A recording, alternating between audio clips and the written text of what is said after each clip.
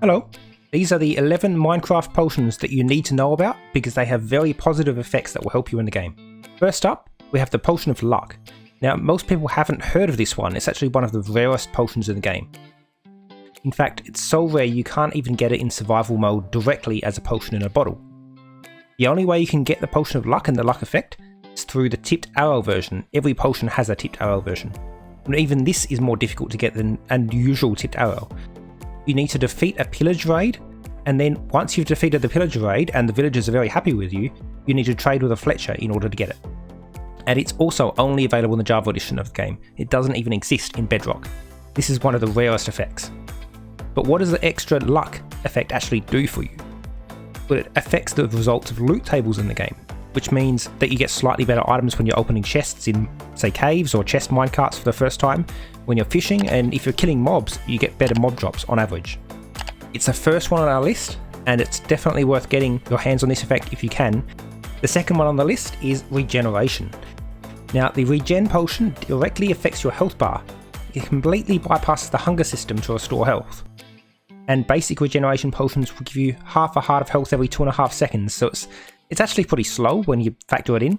It's better than not having it, but it's still pretty slow. The Regen 2 potion will heal your health a bit faster, but there's actually an even better way to recover your health, and I'd suggest using that instead. And that brings us to the next one on the list. Even better than Regeneration is the Healing potion. Potions of healing also directly affect your health bar, but instead of waiting, you get the full effect instantly. You don't need to wait for the health to regenerate slowly. With a basic potion of healing, you get 2 extra hearts. It's enough to save you in a clutch near-death situation perhaps, and the more powerful Healing 2 potion actually restores 4 hearts of health. The fourth one on our list is the Night Vision potion. If you want to see in the dark, this is awesome and super helpful, but it does a lot more than just light up the night. Night Vision potions actually help you see better in water and lava as well. Players will often bring a couple of Night Vision potions, for example, along with them when they're raiding an ocean monument, so they can see better in the water. You probably want some water breathing potions in as well though. So that brings us to the next one, which is the water breathing potion. And it does exactly what it sounds like. It lets you breathe underwater, or breathe water. It's helpful if you're making an underwater base, or searching for treasure in shipwrecks, or, like I said, fighting an ocean monument. But what about conduits, you may ask? Should you make a conduit, or should you make a water breathing potion? Well, that's actually answered in another video I made that's appearing in the card right now. Watch that video at the end of this one. Now there's another potion that you can use that will actually help you in PvP, and that brings us to the next one on our list.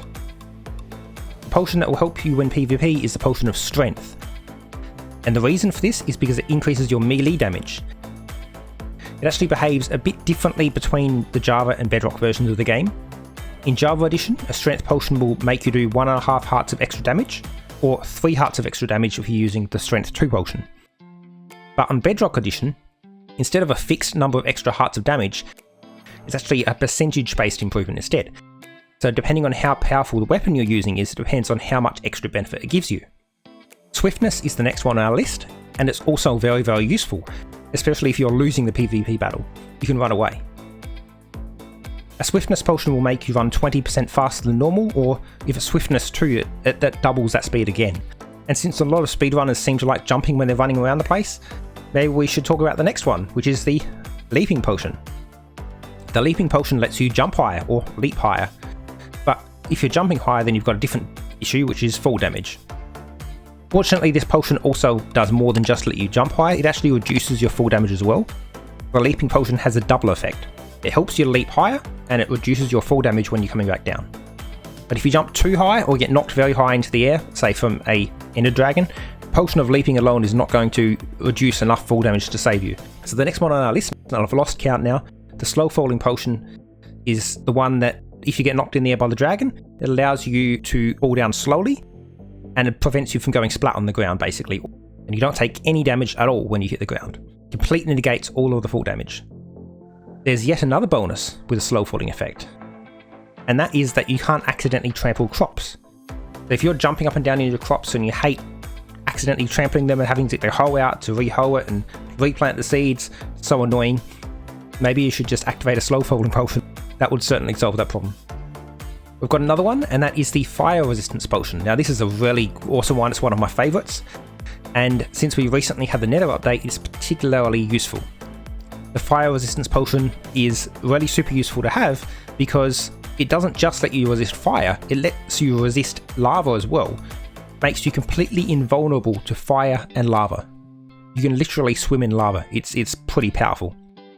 I have a video on that as well, just check the card up above to figure out how to use it and all the different situations that it's effective. And my other one that I really enjoy using is the Potion of Invisibility. This one actually makes you disappear. It makes you harder to see to other players and harder for mobs to find you as well. And there's actually a few different things you need to do to really take the most advantage of the Invisibility Potion. And I've got a video about that up in the card right now, which will explain all the things you need to do in addition to just taking Invisibility Potion to avoid detection. Hope you enjoyed this video. Thumbs up if you liked it, and comment, let me know down below. Say hello if you don't know what else to say, and I'll catch you later. See ya.